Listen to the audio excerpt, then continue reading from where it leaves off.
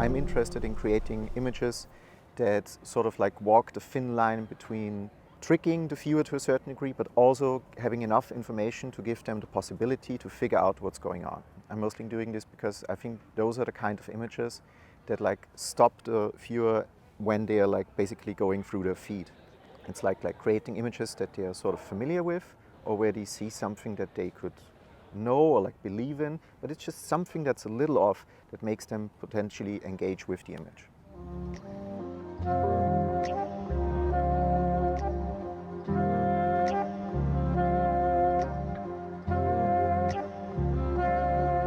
So Thomas, what really interested me in your work since many years is that you seem to create your own photographic universe where you make little sculptures of things you find, and you have an entire personal aesthetic of arranging things that you translate into photography.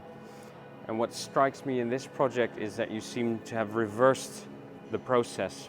First you create the sculptures which have become photography, and then the photographs now seem to have been materialized or almost spat up out of the photography. The fun thing is that I never studied photography.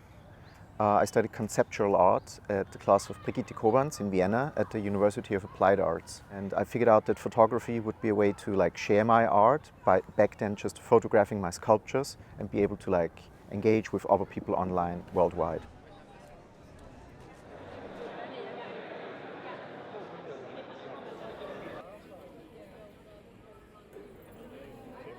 Often in my photography, what I do is go to a spot at a certain point in the world and just photograph like a place that I would consider interesting to stage something there, for example, a sculpture. For Unbound, I took a series that I created last year during COVID, during the first lockdown, that was called 5 Days. And it's a basically very simple approach. I just went to New York, I just strolled around, and mostly in Brooklyn, and photographed like empty streets that I considered that would be interesting to do something sculptural there.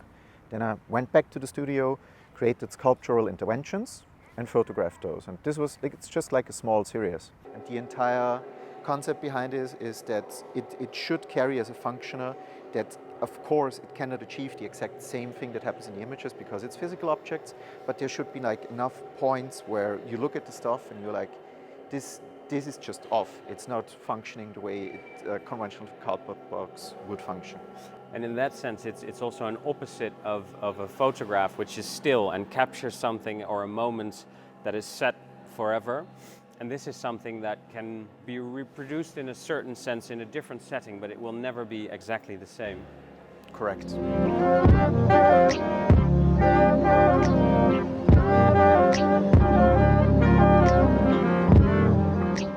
The basic image that I did for the series, the simple cardboard sculpture, was very much meant as an image for the internet. I was interested to see if people would actually believe that it's there, or would figure out that this is just basically an attempt at trolling them and trying to stage something that was never really there.